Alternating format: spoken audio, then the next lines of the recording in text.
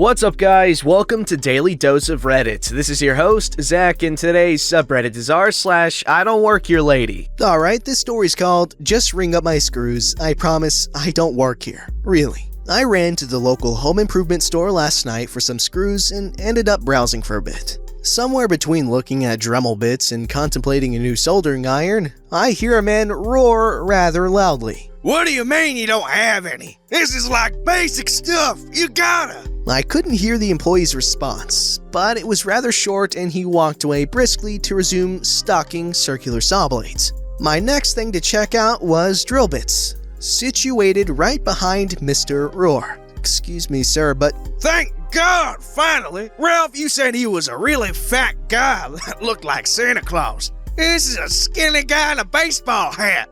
I don't work here, I say with a smile. Well, crud. He started laughing and then got a lot quieter. Sorry, man, I was just giving my cousin a hard time. Am I in your way? Yeah, just wanted to peek at the rack behind you. I can't believe they don't have any easy outs. I'm just trying to get a broken bolt out of my lawnmower and... They're on the bottom, right there. What? I scoot Mr. Roar away from the rack and grab a set of screw extractors for him. Man, I knew Ralph doesn't normally work in this department, but he told me they didn't have any. Doesn't matter, though. These are too small.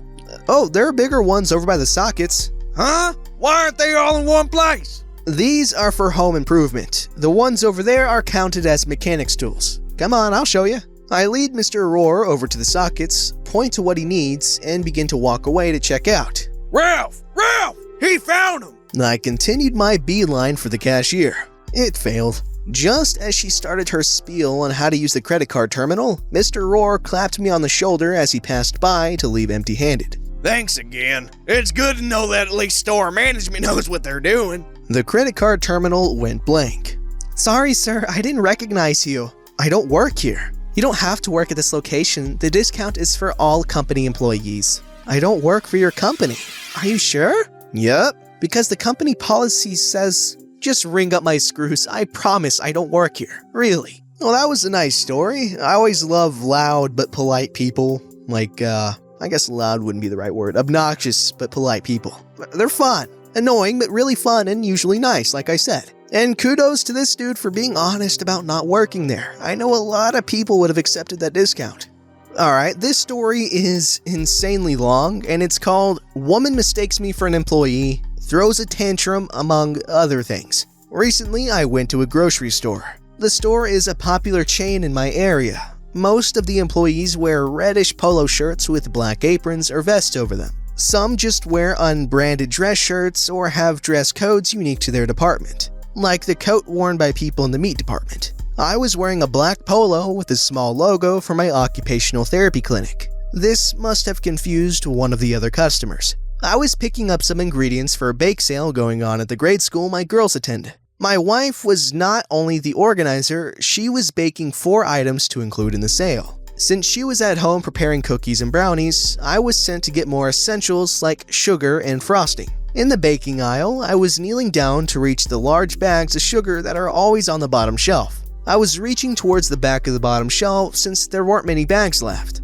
While doing this, I was being careful to not overexert my right hand since I recently had to get stitches and it still hurt. I cut it with a razor while helping to set up a neighborhood haunted house. That's when I heard a high-pitched voice say, "I'll find it myself." I thought the voice was unnecessarily loud, but didn't really give it a second thought as I grabbed the bag and lifted it up to my cart. I placed it on the handle on top of the cart for a moment to give my hand a rest when a woman grabbed the bag off of my cart, put it in her own, and said, "Great, I don't have to go looking for it now." It was the same voice, and before I could react, she happily walked away and was out of sight as soon as she turned at the end of the aisle. There was nothing for me to do but bend down again and start the process over to get the last bag of sugar. After getting butter and eggs from the back of the store, I went through the condiments aisle to get to the front. The moment I entered the aisle, I saw the woman. I wanted to see if she would say anything as I walked by, but she was occupied with another customer. "Sir!" The woman's voice was so loud and piercing, it literally made me stop in my tracks for a moment. "Could you please help me reach the ketchup? I need ketchup!" She pointed to the top shelf that held the larger sizes of ketchup bottles. She didn't see me yet. She was speaking to an elderly gentleman who was walking with the aid of a cane. "They're too far back," the woman exclaimed. I wish I could help you, The man replied. but I don't think I'll have any more luck than you. The man wasn't much taller than the woman. "But I can't reach the ketchup and I need it." Fearing that she would not leave the man alone, I stepped in. "I'll get the ketchup for you, ma'am." Reaching up was much easier than getting under a shelf. I could easily use my left hand to grab a bottle for the lady. She looked over her shoulder at me and then turned back to the gentleman. "Let the employee get it." Again, her voice was loud as if she were trying to speak over some ambient noise that only she could hear. "I'm not an employee, ma'am." The lady turned around to face me. "But I need ketchup." "I'll help you get the ketchup." "Do you work here?" "No." "Why do you want to get the ketchup?" "I don't want any ketchup. I'm trying to help you." "I need ketchup." She pointed to the top shelf again. "I know," I said, failing to hide the frustration in my voice. I had to reach over her outstretched arm, but I grabbed the bottle that she appeared to be pointing at. I tried to hand the bottle to her, but she looked at it in my hand and said, "That's not big enough. I need big ketchup." I sighed and put the bottle back before picking up a 64-ounce bottle. "The lid is on top," the woman whined. "What?" I asked, thoroughly confused. "The lid is on the top of the ketchup. I need the ketchup with the lid on the bottom." "You said you wanted the big one. There are only two choices. A 64-ounce bottle with the lid on top or a 32-ounce bottle with an inverted lid. I need the big ketchup with the lid on the bottom." I summoned patience I didn't know that I had.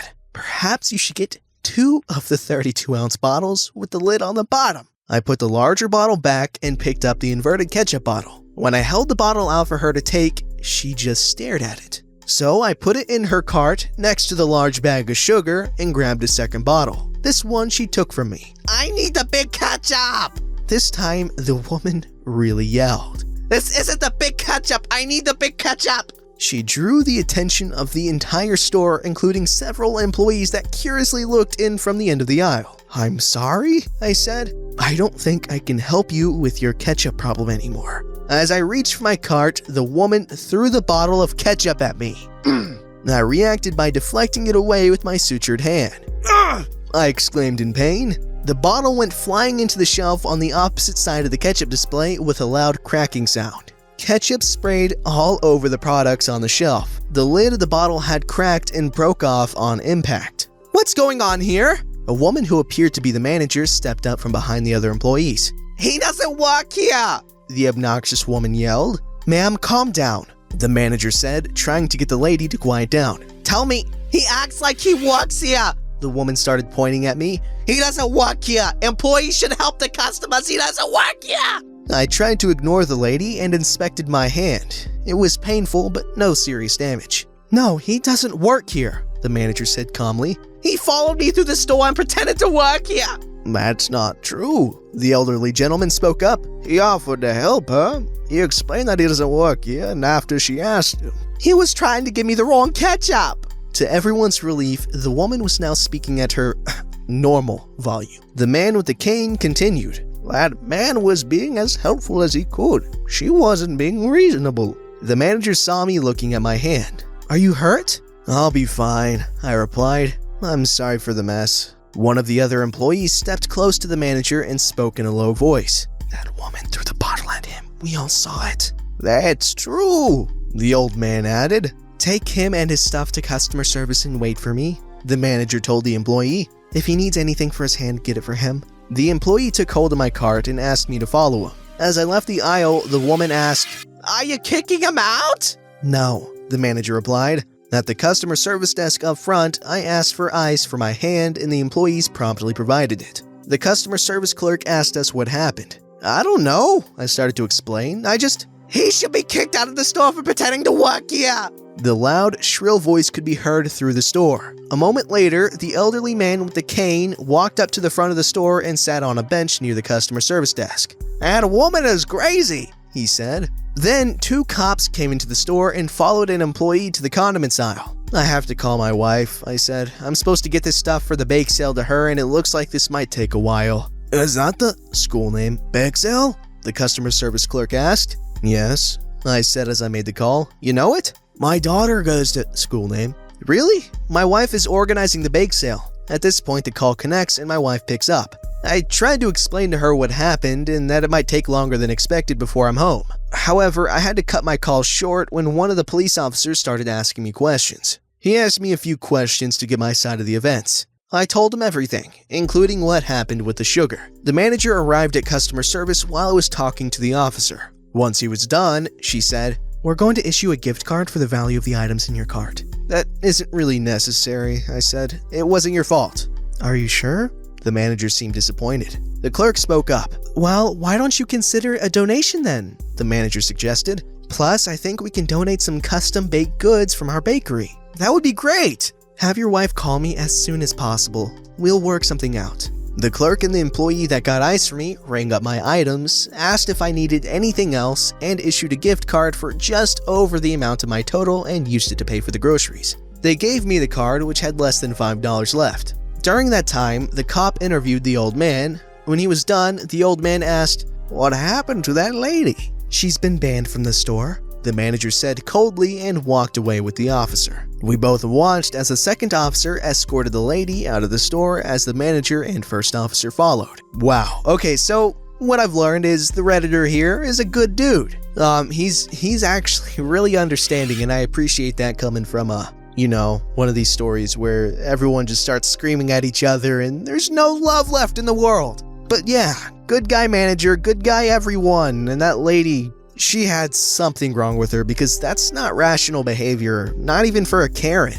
This story's called Sorry, Not a Witch. Apologize for my mobile typing and any grammar errors and my descriptions because I am a very talkative person and it translates in my writing a lot. Example here. That was very cute. A few stories. They're short, but they bring me and my friends and family a laugh every so often. Here's the cast. There's me, Mom, Dad, Random Lady, Worker, Photographer. This takes place at Universal Studios, bright and early in the Harry Potter Wizarding World area. So I love Harry Potter. I've read all the books. I've read the first one 5 times if I recall, and the third one in a week in 3rd grade. But that's a story not for this subreddit. Anyway, since I love Harry Potter and my mom had bought me some Ravenclaw clothes, my Hogwarts house, for a Luna Lovegood Halloween costume, she thought it might be super fun to do a photo shoot in the park, just for fun and for a few other reasons.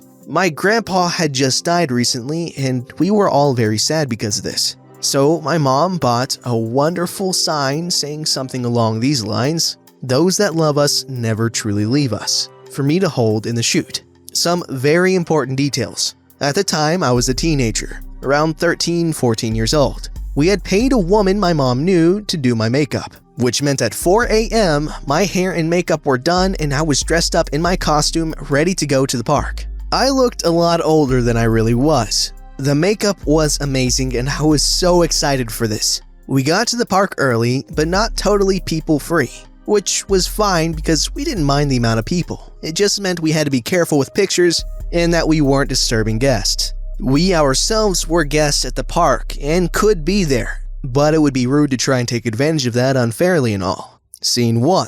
I'm famous. So, with the camera and the photo taking and the entire around 20-year-old look I had, people were taking pictures of me getting my picture taken. "Mom, why is everyone looking at me so much?" "I think they think you're a famous celebrity or something, or you're important because you're having your photos taken." Oh wow, that's funny. Because I was not famous. No. My mother is a goddess and makes friends and is very nice and amazing, so she planned this all very well. I finish my picture in the area and we move on. I start to notice that yes, people are looking at me because I look rather authentic. My outfit looks like what the actual workers are wearing and I look a lot older, so it's no surprise this happens. And yes, here is where the random lady comes in. Scene 2. We decide to ask if I could have my picture taken in one of the ride's waiting lines. That meant we could get in, take pictures, and leave, not ride the ride itself and cut a bunch of people. This is because at most rides in the Harry Potter area,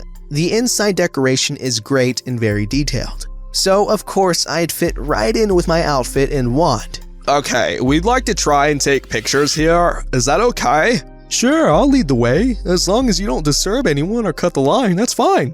My mom, dad, the photographer, and me all go follow the worker when I get stopped by someone. The area before the ride to put your bags and stuff away is very hectic. I had been on the ride the day before and I knew the rules for the bags and loose items already, as well as how crazy this place can be. "Excuse me? Can I bring this bag on the ride?" She gestures to her purse. I don't. My group is getting farther away and I'm scared to lose them, so I skip the mess and just say, "You can't bring purses on this ride, you'll have to put them in a cubby, miss." I point at a sign on the wall that has a "No Bags Allowed" picture on it. "I'm sorry, but I have to go now." I walk off quickly and join my group, wondering what the heck just happened. I told my mom and dad and then realized that she must have thought I worked there. Since I looked like I was in my 20s with the makeup, my outfit was very close to the workers. Actually, I looked eerily similar to most workers, and that the place was dark.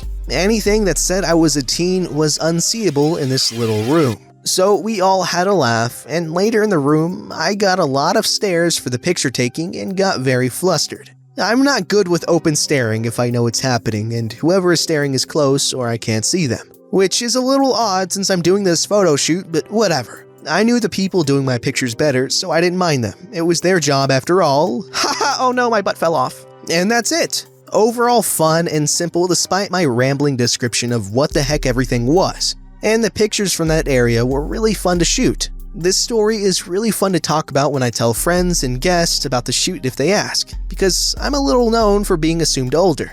And the more it happens, the better it gets really. Haha, oh no, not again. Alright, this story didn't have the usual Dragon Ball-esque screaming and fighting and transforming into hideous monsters and all that jazz. No, this story was wholesome, it was cute, and I liked it a lot. The writing was good, and like the whole subject matter was just precious. I really liked this story, wow. Don't forget to like, subscribe, and hit that bell to never miss an episode.